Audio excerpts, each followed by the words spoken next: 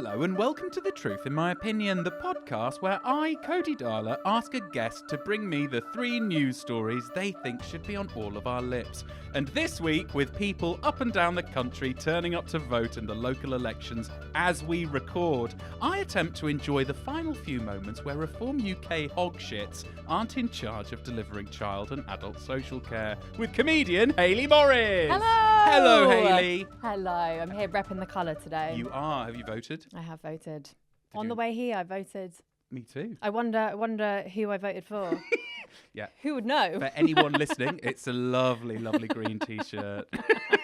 What was your polling station like? Do you know what? It was, I got there at the right time. It was kind of, I felt like I was the first in. I wasn't the first in. Obviously, at that second, I was the first in. And then I had a trail of about 5 people behind me. Lovely. I was like, I've influenced you all, leading obviously. the pack. Yes. Yeah, you're rounding up the non-voters. Yeah, I was like, come on, let's go, guys. This is our Barbie moment. We're all in green. Mine was a church. What was yours? A community centre. Okay. Yeah. Okay. Church was quite grand. It was very grand, actually. It's the church I film a lot of my videos in. Oh, okay, yeah. Not in, around. Around, yeah. And so it feels quite consistent with the brand, really. It does, yeah. I vote, it works. I film. I basically live there. Yeah, there you go. Hayley, you are most well known, I think. I mean, you're well known for many things, but you're most well known on the internet for sort of being an overthinker. Yes. So you have this online series called Me versus Brain, which you then wrote a book about. I did. An Overthinker's Guide to Life. That's it. What's it been like being an overthinker in these horrid times? You just can't get through the day, can you? It's a real mess of the mind, you know. There's one thing happening, overthink that, on to the next thing. It's a lot to think about. A lot to think about. A lot goes on up here. Yeah. It's a real joyous thing to have a brain that's this active. And you also have intrusive thoughts, right? Yeah. This is a lot about, you talk about this a lot in your book, intrusive thoughts. I do, yeah. Are there any sort of the worst kind of intrusive thought you've ever had? The worst I've springs had? To mind? I used to get a lot. I don't really get it as much now, but when I was with someone that it would be really inappropriate to, my brain would be like, kiss them. But it'd be really inappropriate, like someone you really wouldn't want to kiss and really not someone you should kiss. I think was just grim. And I used to have, it's awful to say it. It was in the book, but I'd see like elderly couples and my brain would be like, imagine them having sex. And I'd be like, no. You're just stood there staring at them. Yeah, okay. Yes, that was a lot. Other than that, it was a lot of, like smashing things in my face. Nice. And the things standard. that just you wouldn't want to do, but standard. Very casual, yeah. Okay. Well, that's interesting actually, because a guest we had on the podcast, Katie Norris, Yeah. had exactly the same problem. Really? She said on this podcast how she would go to kind of any event and would just flirt with people and then think in her head just kiss them. Yeah, but I also have, and I don't know if she has this, but I think everyone thinks I fancy them. So I'm always like, ooh, I just want you to know I don't fancy you. And I don't know why I have that, but there's a neighbour I have that I am so convinced he thinks I fancy him that I've actually started ignoring him. And he must be like, why? Hell? What? Like, do you fancy me? I'm like, no, you're married, you have children, and I am not into you. But I just think you, I don't know, I feel like I give off a vibe that I fancy everyone. That's, oh my God. So he's married with kids. Yeah. I can see that being quite a difficult Yeah, and scenario. I feel I've started to convince myself that the wife hates me. Oh my God. Yeah, it's so hard being me. Well, I also mean maybe this kind of this sort of explains your overthinking. You sort of cut your teeth as a comedian at the most overstimulating place in the world, which is Disney World. Yeah. So I mean, I can't even imagine how many thoughts you must have had waiting tables at Disney World. Oh right? yeah, a lot. That is so overstimulating. Do you know what? I actually think I am more overstimulated in life after COVID. Really? I feel like I handled it okay. No, I didn't really handle it okay. I think I just got through it. But yeah, so overstimulating. So many noises, so many smells, so many people, so many children. I mean, So much to see. it sounds like hell. So you worked there after university, right? Yeah. And what were you doing? You were waiting tables? Waiting tables and bartending. Yeah. Okay. And because I read this article where you talk about it, and you said you started doing stand up to these tables. Yeah. And they would either love it or they would hate it. Yeah. The ones that hated it, I remember being like, ooh, what the tough hell was that crowd. Like? Do you know what? It wasn't even a conscious thing. It was kind of wow, it was a conscious thing. It was me trying to be like, let's be more confident. Let's like see what this does. Let's see how, and also let's work the room. Yeah, and also like you're working on tips, and Yeah. like people kind of, you know, they come in, they expect a certain service, and I was like, if you're gonna pay me to serve you, I want you to feel like you're getting something out of it. So I'm here to entertain. And obviously people come in from the heat, they are over it, they are done, they are overstimulated. So I'm there to be like, surprise! Let's go. Here is my routine. What would you remember any bits from your routine? Were they like Disney related? Yeah, they were all kind of to do because I worked in a Who's UK feeling pub. goofy? Yeah, that's it. You stolen that one. I mean, so what happened when you did bomb? Was it just an uncomfortable? Oh yeah, I would go back into the kitchen where we all sort of like would congregate, and I'd be like, Everyone "Do not go near table 106." Everyone giving notes on each other's routines. Can you just wait the tables and stop doing stand-up, exactly, please, for God's sake? exactly. Another thing I found in this article I read about you, which I thought was very, very sweet, was your kind of first experience with comedy was your dad writing sketches for you. Yeah. Which, I mean, I have kind of a similar experience where my mum sort of wrote sketches for me. Really? Yeah. But so I really related to this, where it's sort of like parents who are quite into comedy and then somehow live their comedy careers through their kids. Do any survive? Your dad would just write sketches, film it on a camcorder, and you'd show it to the family. Exactly. That's so nice. Yeah, and it was so much fun, and it was so like part of my childhood that when people were like, "What would you do if you weren't doing this?" I'm like, I did it for so long without being paid. I would still be doing this. Like it would just, I wouldn't be being paid for it. Yeah. Yeah, I loved it. I remember there was one where, and I didn't understand this. Obviously, I was a kid. I didn't really understand, but it was. I was like a secretary and my brother came in the room and he was like, "I'm here for an ego massage." I didn't know what an ego was. I see. And so I remember like the whole sketch was me then just complimenting him. And I don't know how it all went, but I like that. Like my family, when they watched it, really laughed. And I was like, don't know what any of that meant. But I am so funny. You were just running the lines. Yeah. That is good. Ego massage. Yeah. I like that a lot. I don't know what other ones there were, but we had I remember we actually had Goofy, the toy. Oh, yeah. We used to throw it out the window, but put it in our clothes so it looked like we were jumping out the window. And then we would roll at the bottom. Like we would just do silly little... I actually don't know what the context of that was, but I do just remember throwing this like puppet Goofy that was like huge out the window in our clothes. And then you'd cut it and then be back in your clothes, roll across and act like you just did that jump. Yeah.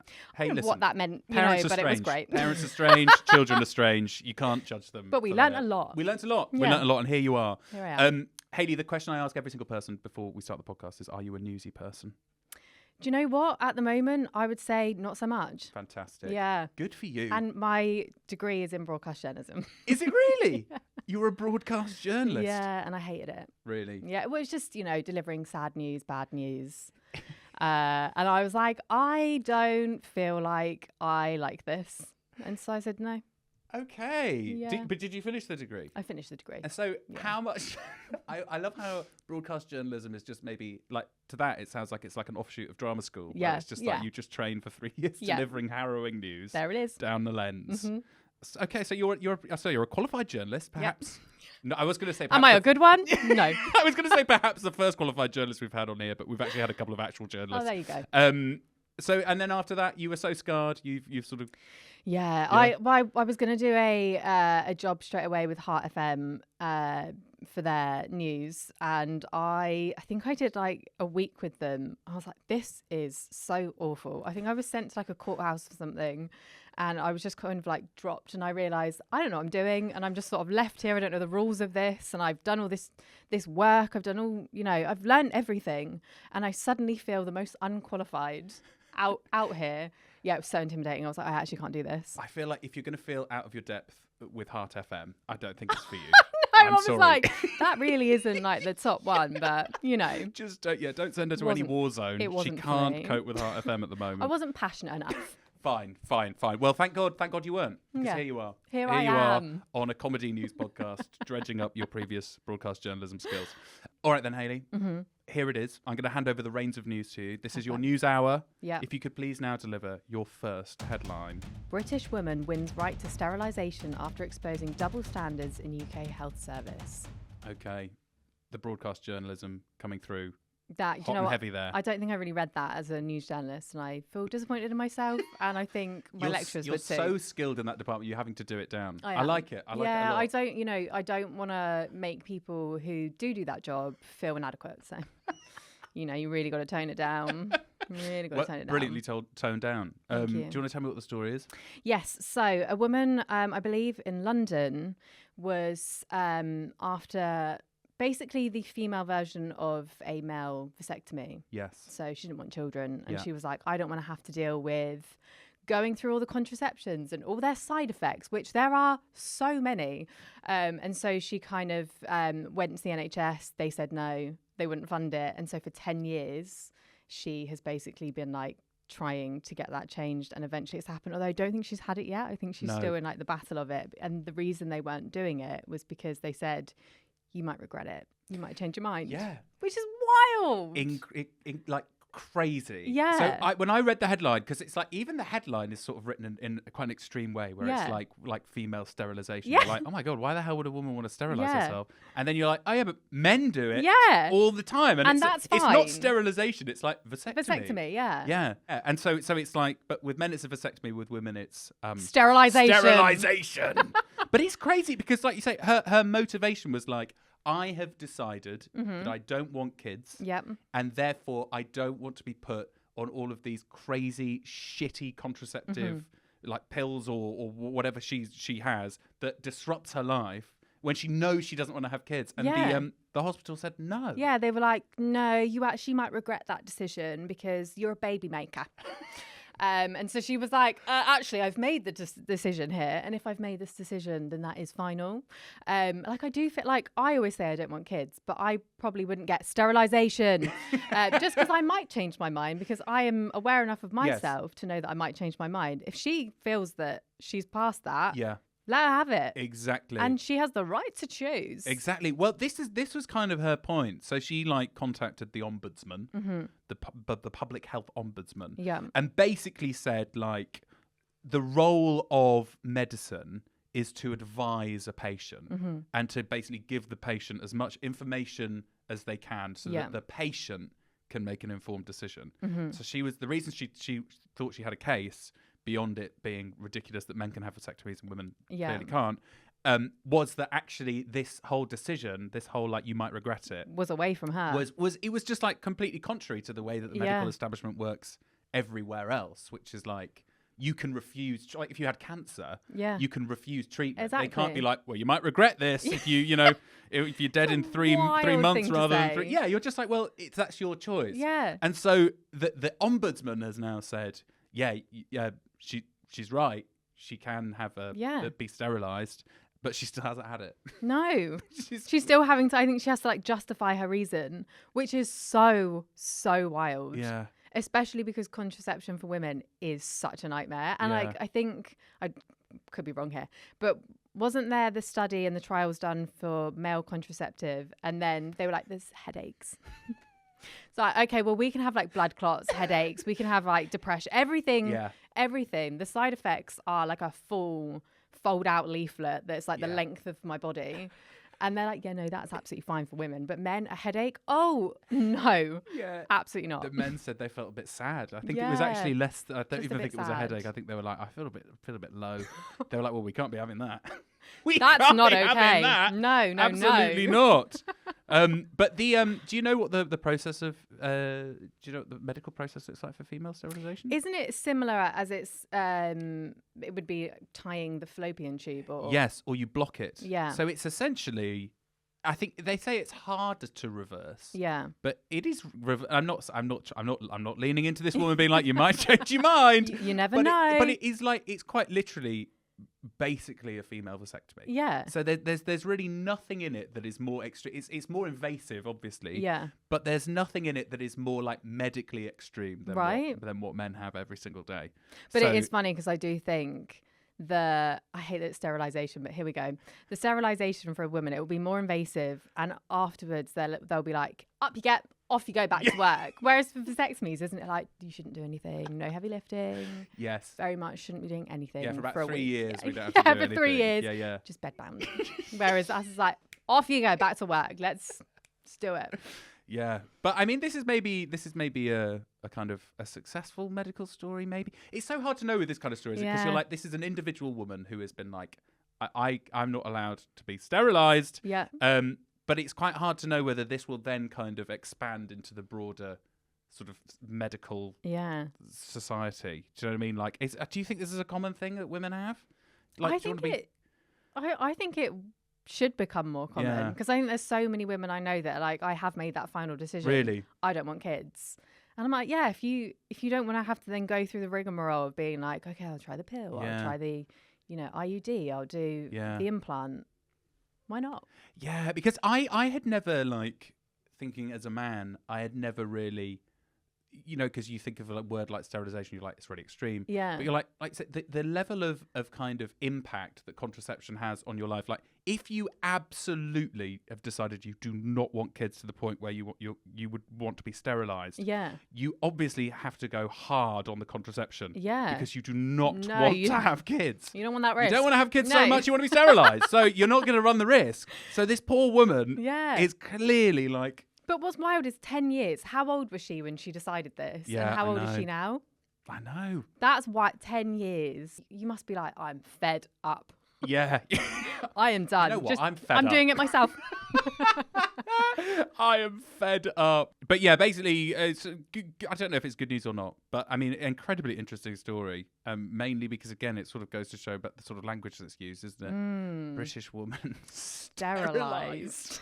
Good God. But men, it's vasectomy. I'm going to start saying, he's going to get sterilized. He's going to get sterilized. Yeah. It's exactly what happens, isn't it? Yeah. But everyone would be like, whoa. No, that's a cool your jets. lot. That's a lot. An image I don't want to see. I don't think so. Fantastic first headline. Thank you. Very enlightening. Thank you. Would you like to please now deliver your second headline? Absolutely. Cruise passengers tell of life on board stranded ship after Hantavirus outbreak. Okay. This is a kind of breaking news story, yeah, because this is still ongoing. Still very much development ongoing. happening. Do you want to tell me what the hell has been happening to date? Yeah, so the Hantavirus outbreak started on... They're in Cape Verde now, but I don't actually know where it started. Argentina, they set sail. Argentina, yeah. And so there's been, is it 5 deaths now? Or is it 6? 3 deaths. 3 deaths, 5 infections. Or 2 deaths they know are from hantavirus. Yeah. 1 they're like, might not be. I was like, what the fuck is going on this cruise also, ship? I had no idea what hantavirus was first. No. And then when I saw it was from like mice and rats, I was like, rat piss and shit. What do you mean? Yeah, it's... How has that happened? Awful news. And on a cruise ship. I know.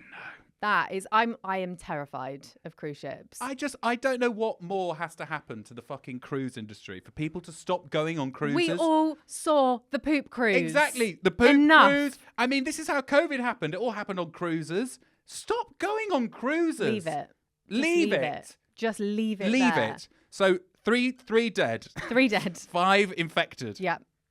The ship is currently floating off. I love this. So it's currently floating off Cape Verde. Yeah, not allowed actually. Not there. allowed. They were like, can we dock? Here, yeah. They were like, absolutely fucking not. Just out there's fine. Yeah, absolutely not. What are you talking about? Yeah, we don't know how this is spreading. And then Spain said, they can dock in the Canary Islands. And then the Canary Islands were like, no. They can't. What are you talking about? They're just floating about. So they're now currently, I think on the way here, I saw in the news they're on their way to the Canary Islands now. Are they? Apparently. Right. So I think, we'll see what the people of the Canary Islands feel about that. It's unfolding. It's unfolding. They are en route. Mm-hmm. But yes, essentially they set sail from Argentina. Yeah. They were on a trip through remote Atlantic islands. I mean, cruise, Atlantic, Titanic. They're asking, what are we doing? What are we doing here? Mm-hmm. How many more signs do you have to be given? But they're going on like uninhabited islands that I think it kind of serves them right, to be honest, because this is how they're going there to see like penguin colonies that are being destroyed by the climate crisis, and they're taking a massive chugging bloody cruise ship like to go and see the them. universe is trying to send them a bit of a sign. Yeah, exactly. And they're basically these 150 people or whatever are now stuck, but the sick and the dead keep getting helicoptered off Which I think if you're on the ship, great. Doesn't look good. Yeah. It doesn't look good for you. It's another helicopter coming. They're coming to get me. Oh no, the person is dead. But apparently the first person fell ill on the 11th of April. Mm-hmm. A Dutchman. And then it was his wife, right? And then his wife. Yeah. So he died. Yeah. And they said, don't worry. The captain, he said, don't worry. Everything's it's not fine. infectious. Mm-hmm. Then his wife gets helicoptered off with her dead husband. She dies. Maybe it is infectious. Yeah. We should all now be worried. Perhaps it is infectious. But, and here we get to the most entertaining part of the story, which is that, I mean, if this can get any worse, there are two travel vloggers on there. Yeah, this is where I think it gets interesting. I mean, it was interesting before, but now it gets the real juicy drama. Yeah. This is the story that's really evolving here, is between these two travel vloggers. Yes. One's like, it's the worst, like tearful, emotional. Yeah. This is life-changing. Everything that's happening is just awful. Giving this real picture of just distress on this cruise ship. And then the other one's like, it's actually fine. We're all actually okay. We're all just having hot beverages, did they say? Yeah, he said we're all just chilling, having hot beverages. Yeah. So the first one is a guy called Jake Rosmarin. Mm-hmm. He says, we're not just a story. We're not just headlines. We're people. And then this other guy was like, listen, there's 149 of us here. Only one of us is freaking out. We're all fine. We're having hot beverages. Can you just chill out? And so now we're getting two different narratives and two extremes. I mean, Hayley, as a broadcast journalist, who do we believe here? Send me in. This is it. This is the story I am passionate about. Send me in. Hayley Morris helicoptered into Hantavirus cruise. Yeah, I think you need to get to the bottom of this. Yeah, I'm honestly on the edge of my seat to see. I want another passenger, not a travel vlogger, nothing to do with the internet, to be like, here's my side. That's it. We need a third person to come forward. We do, and that will even it out. That will give us I think that will give us the real. Yes, it will. That will give us the real information. But Hantavirus, we've already touched on how it's basically rat-wee. Do you know it's named after a South Korean river? I did not know that. Yeah, I assume Hanta, the river Hanta, not virus. Not virus. Hantavirus. No. But it's actually more common than you think. Yeah, I then Googled it after. Yes. Because I was like, is this another COVID situation? Yes. That's always a fear. Always a fear. And I thought, I don't know anything about this. Google. And it was, I saw some cases in Mexico, and then I just saw Europe, and I went, that's enough. I won't read that. So I don't know if it's in the UK or just Europe. Well, so again, while I was waiting for you to arrive, I came across a TikTok from The Sun that said, first case of Hantavirus of a French man not on cruise. What? He was on a plane, and now they think there could be super spreaders on this plane. But how? Hayley, do you want to guess how many people a year, across the world, to be fair, how many people a year contract Hantavirus? I want to say there's two numbers I'm thinking, either 11,000 or 68,000. Okay. So very specific. Really specific. 68,912. Well, between 150 and 200,000. Super close. So very close. I like the specifics. So really I wouldn't say it's common, yeah, but it's not like. And are a lot of fatalities, or is it just happening? Well, I mean, again, it's so hard to know, isn't it? When something like this happens, everyone starts talking about mortality rates, but you're like, no one was interested when everyone else was getting it, not on this shitty cruise ship full of two whining travel bloggers. Yeah. But apparently it's about 40%. But that's like respiratory, it could affect your respiratory stuff. But do you remember Gene Hackman, the actor, famous Hollywood actor who was found dead with his wife? Yes. A few months ago. Yeah. He had dementia. Yeah. She had Hantavirus. Oh. So it pops up sort of around. I honestly feel like this is the first time I'm hearing of it. I know. And Googling it did terrify me. I know, exactly. Yeah. But it's because of the cruise ship element. COVID has scarred us all. It's the cruise ship element. People, I think it's a story thing, isn't it? People trapped on a tiny cruise in the middle of the Atlantic with a virus ravaging them is a scary story. Yeah. But actually, in the rest of the world, a lot of people in China get it, but it is China and European thing. Right. A lot of people get it in Europe. Cruise ships. Don't go on. I just don't want to be on one. I just don't. I feel trapped. Yeah. Yeah.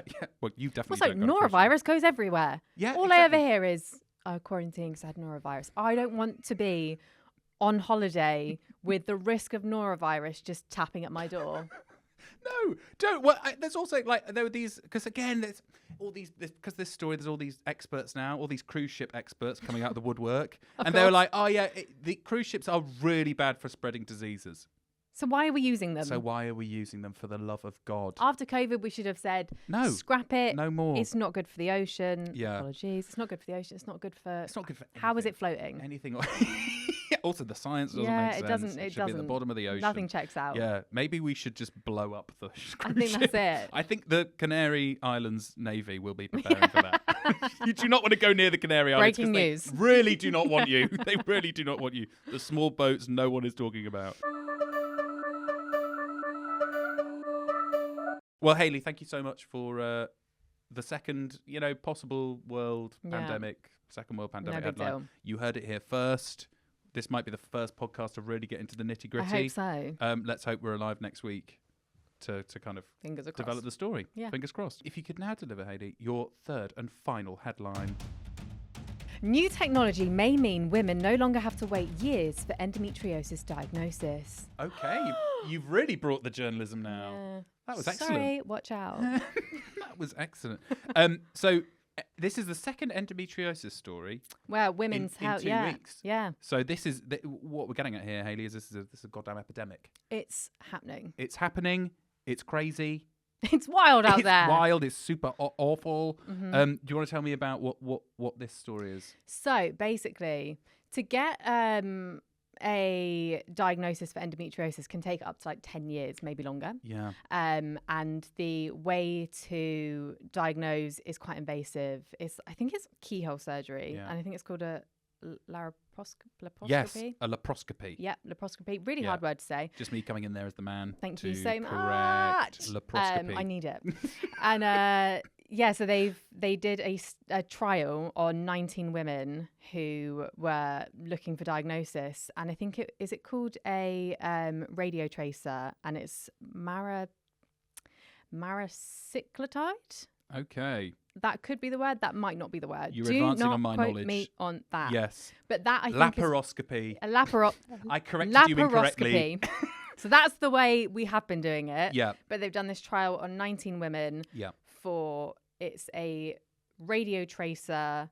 I think it's like so it's maracyclotide. That's it. That's the word. Yeah. Yeah. So what they're doing is it injecting? I think so. Yep. And so they're tracing. I don't know all the words. They're basically doing that instead of doing the invasive version. And they did this on 19 women. And they found there were no false positives, and actually they were diagnosing it quicker, and it obviously was not invasive. Yes, exactly. So something I discovered basically last week when Sophie Garrett came on and explained to me what endometriosis was, is cell tissue that is like it's like tissue, it's like right?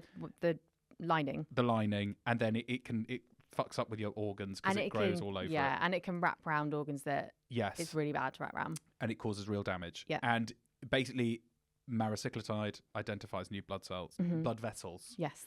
So because it's new tissue. Yeah. And like you say, there were no false positives. All of these women, it was sort of 14 of the 17 cases of endometriosis within this group of 19 women were later confirmed by surgery. Yes. So it's a pretty big development, pretty accurate. Should have happened a long time ago. Yes, should have happened a long time ago. Sophie Garrett said last week that there's been a lot of studies about how endometriosis affects men.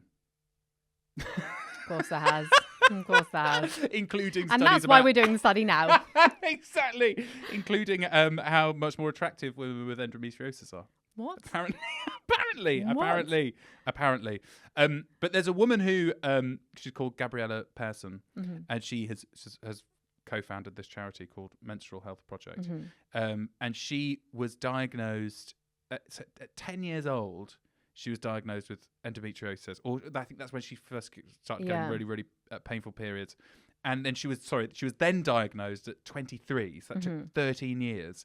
And she's now 33, but she was like unable to go to university because she was crippling pain. So it's basically like I don't want to say ruined her life. I'm sure she has a nice life, but like it's genuinely got in the way of like life moments. Simply because, one, it took so long to diagnose. And I bet the diagnosis wasn't that she was waiting. It was that's normal. That pain is super normal. Yeah. She said that. Yeah. The GP was like, it's all part of being a woman. Here's the contraceptive pill. That'll fix it. I know. Yes, I know. Yeah. Yeah. Women's health is just, it's not, we don't feel pain. No. No. Well, you're very good at hiding it. Yeah. That's there's no pain in our bodies. But this, I mean, there's a real connection here, isn't there, between the whole sterilisation thing and this? I mean, there's just a broader dialogue around how women are treated by the medical establishment. You're not allowed to have vasectomies. Sorry, sterilisation. Don't be crazy. Yeah. And you're sort of gaslit. I mean, it's mad, isn't it? What is the motivation for denying someone like an accurate diagnosis? I don't understand it. No, I don't understand it either. It's really the thing that I find really baffling. When I've had stuff with menstrual health and I've gone to my GP, if it's a woman also being like, that's just normal and that's just how it is. I'm like, really? You're also a woman. I really expect you to understand more than anyone, but clearly not. Really? It's really, I just find it wild. So there's not even you've not even seen a difference when it's a female doctor? No, it almost feels worse actually. Yeah, so I mean, maybe there's something in the way medicine's taught. Yeah. Yeah, I mean, maybe this probably is that, isn't it? Yeah, we just don't listen to women. It's all part of being a woman. It is wild though, like just how little research and studies are done on women's health, considering we literally birth everything. Yes. Yeah. Well, this is that's what's crazy about it. Yeah. That is really what's crazy about it. But what does that matter? Yeah, it doesn't matter. Who cares? Who cares when we've got a Hantavirus outbreak? Exactly. We need to be focusing That's elsewhere. That's where we need to be. Yes. Hayley, why did you bring this story? Well, my mum had endometriosis, so she actually couldn't conceive me or my brother for years. Oh, wow. So she had my brother at 30, which back in the day was old. She had me at 32. What? And at the time, she was super close to being geriatric. But she couldn't have kids because she had endometriosis, didn't know. Oh, my God. Also, a girl from my school, actually, I went to school with her brother. She actually passed away recently because she had endometriosis that wrapped onto her heart and she had cardiac arrest. Wild. Oh, my God. So I feel like this is a huge thing because now so many people that it goes undetected or they don't know. And also a lot of people probably don't want that surgery anyway. This feels like a good advancement to stop things happening. And also because of fertility, I also feel like that's confusing for me why it hasn't been at the forefront because it's fertility. And you don't want sterilisation, but you also don't want to fix people if they might not be able to conceive. Yeah, it's true. It's weird. But I mean, also, like in the case of your friend, I mean, like that it's like, yes, there's a fertility element, but like if it can wrap around your heart and kill you. Yeah, because it can wrap around all your organs. And that's why it's so painful. And that's why it's like, it might not just be your reproductive organs. It can go anywhere. Yeah. Crazy. So did your mum have her endometriosis removed and then? Yeah, I don't really know what the procedure was, but she had once described it to me as flushing it out. I don't know what that means. It out, and I was like, different generation. Flushing it out and it was done. I was like, so that was, what was that? Okay.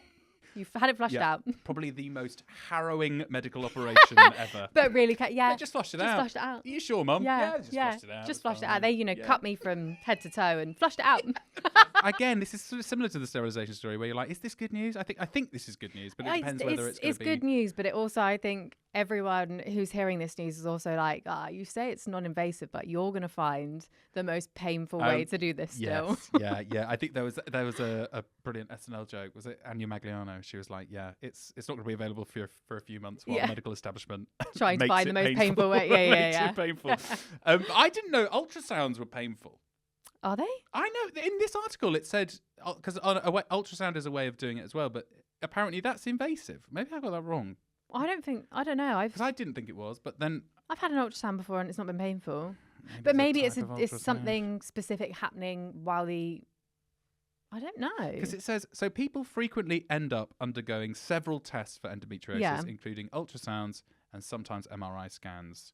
And then if they can't find it, because the thing is, those things often, what happens is it doesn't really show anything up because it's not designed for that kind of thing. Then the doctors are like, you look normal. Yeah, let's just cut a hole. Yeah, and then it takes years and years before they're like, okay, we'll cut a hole, and then we'll see if you've and got they're like, endometriosis. oh, you do have endometriosis. You did have pain.